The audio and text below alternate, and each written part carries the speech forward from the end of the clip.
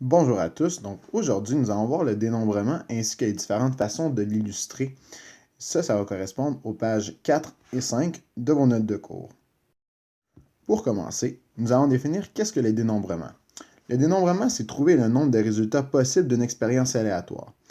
Et dans le cas où on aurait plusieurs étapes, ce serait de trouver le nombre de combinaisons différentes possibles qu'on est capable de former. Donc, pour dénombrer, on peut utiliser trois représentations différentes. La première qu'on va utiliser, nous, c'est le diagramme en arbre. Donc, dans l'exemple, on nous demande de dénombrer le nombre d'agencements possibles que l'on peut faire avec les couleurs de pantalon, de chandail et de souliers dans le tableau suivant. Donc, si je regarde, j'ai deux choix de pantalon, un bleu, un noir, deux choix de chandail, un rouge, un vert, et deux choix de souliers, des gris et noirs. Donc, pour commencer, on va se faire une légende. Donc, plutôt que d'écrire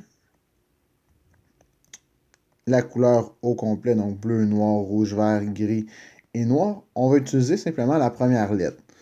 Donc, B va être utilisé pour représenter la couleur bleue, N pour représenter la couleur noire, R pour représenter la couleur rouge, V pour représenter la couleur vert et pour terminer, G pour représenter la couleur gris. Pour commencer, un diagramme en arbre commence toujours par un point de départ. Donc ici, le premier choix que je dois effectuer, c'est le choix de pantalon. Donc j'ai deux choix. Soit j'ai un pantalon bleu ou un pantalon noir. Et je vais venir inscrire le titre au-dessus.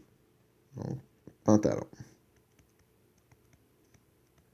Et je souligne. Ensuite, je suis maintenant rendu à l'étape du chandail. Supposons que j'ai choisi le pantalon bleu, j'ai tout de même deux choix de chandail.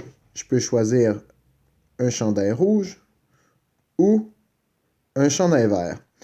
Et c'est la même chose pour le pantalon noir. Donc, dans le cas où j'ai choisi un pantalon noir, je peux quand même choisir un chandail rouge ou un chandail vert. Et comme le pantalon, on va venir inscrire le titre, dans ce cas-ci, qui est chandail. Et on va surligner. Il nous reste maintenant à faire un choix au niveau des souliers. Donc, supposons que j'ai pris le pantalon bleu et le chandail rouge. J'ai tout de même deux choix de souliers. Donc, je peux choisir un soulier qui va être gris ou un soulier qui va être noir. Et je fais la même chose pour chacun des choix possibles.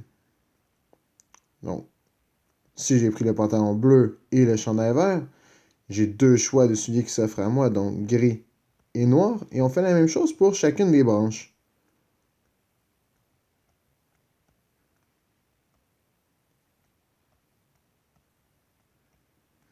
Et bien important de ne pas oublier le titre. Donc, ici, c'est le choix de souliers.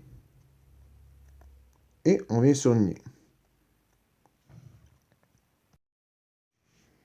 Donc, pour terminer, on doit venir inscrire tous les résultats possibles de l'expérience. Donc, je commence par écrire mon titre, résultat.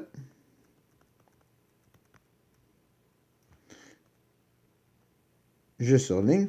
Et à la fin de chaque branche, je vais venir faire une petite ligne pour m'assurer donc que je parle bien de tel ou tel résultat. Donc ici, j'observe, je commence par la branche bleue.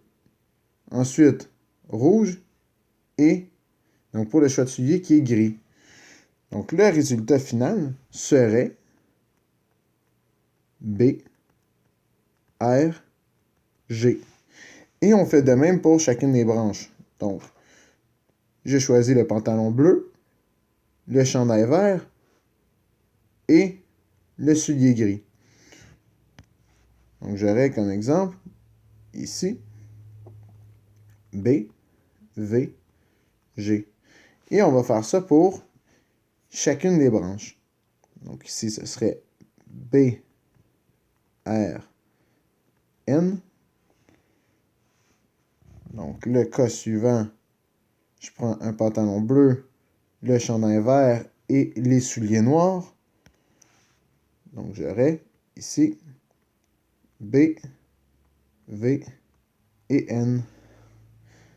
Et pour le choix du pantalon noir, chandail rouge et gris, donc N, R, G. Et comme vous avez pu remarquer, je sépare chacun des choix par une virgule et j'ai installé ça en parenthèse. Donc, N, R, N. Si je prends le pantalon noir, le chandail vert et les souliers gris, donc, comme on a fait, je viens écrire N, V et G. Et pour terminer, donc dans le cas où je prends le pantalon noir, le chandail vert et les souliers noirs, donc N, V, N. On aurait donc terminé le diagramme en arbre de la situation. Donc, on est capable de remarquer que j'ai 8 agencements différents que je peux former. Donc, avec 2 choix de pantalon, 2 choix de chandail et 2 choix de souliers. Donc, au total, j'ai 8 résultats possibles.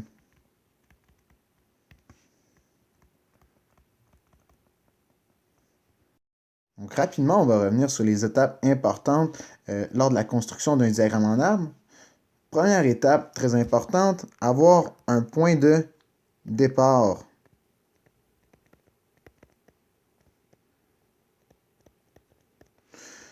Deuxième étape, venir inscrire les titres au-dessus de chaque branche. Et pour terminer, venir écrire les résultats. Donc, ce qui représente les différentes combinaisons qu'on peut former à l'aide des pantalons, des chandails et des souliers dans ce cas-ci. On est maintenant rendu au deuxième type de représentation qui est le réseau. Donc, le réseau, c'est un graphique qui illustre, tout comme le diagramme en arbre, tous les résultats possibles d'une expérience aléatoire. Donc, dans la situation suivante, on nous dit détermine le nombre de chemins possibles pour se rendre de Matteville à Géoville en passant par Franville s'il y a 3 routes entre Matteville et Franville et 2 routes entre Franville et Géoville. Je viens donc inscrire les 3 villes en ordre. Donc, dans l'énoncé, on me dit que je dois me rendre de Matteville en passant par Franville pour me rendre jusqu'à Géoville éventuellement. Donc, pour commencer, entre Matteville et Franville, on me dit qu'il y a 3 routes différentes. Donc, la première route, la deuxième et la troisième.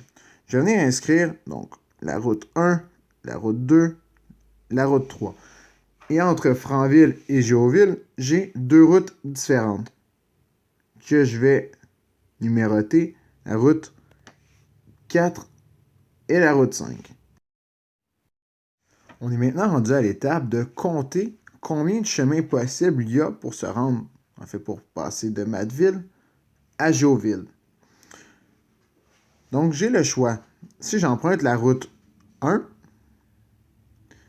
pour me rendre jusqu'à Franville et de Franville à Géoville, j'emprunte la route 4. Donc j'ai mon premier chemin possible. Ensuite, en partant de Matteville, j'emprunte toujours la route 1. Mais cette fois-ci, de Franville à Géoville, je vais utiliser la route 5. Et on fait la même chose pour les routes 2 et 3, ce qui me donne, au total, 6 chemins possibles.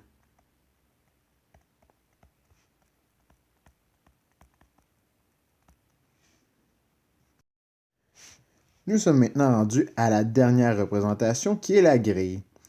Donc, si on lit la situation, on nous demande de déterminer le nombre de résultats possibles lors d'une expérience d'un lancer du dé et d'une pièce de monnaie.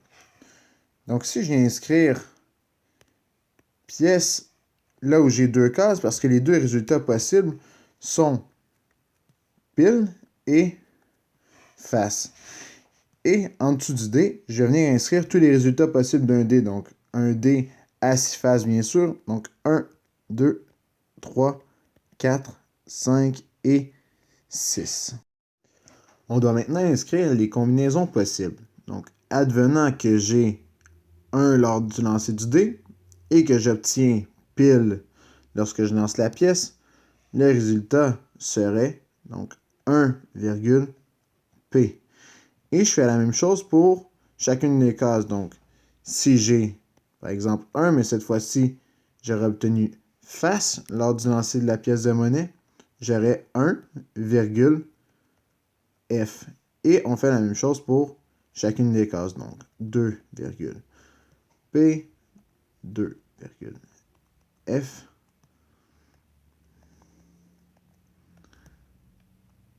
Et donc, au final, on va avoir tous les résultats possibles de notre expérience aléatoire.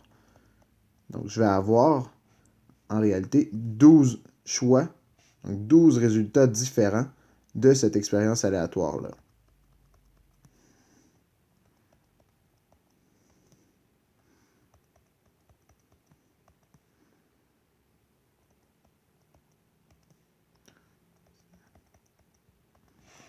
Donc, la combinaison d'un dé à 6 faces et d'une pièce de monnaie me donnerait 12 résultats possibles.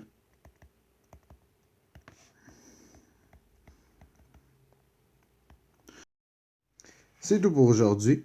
Donc, sur ce, c'est le temps d'aller pratiquer en faisant des exercices. Donc, merci et à la prochaine.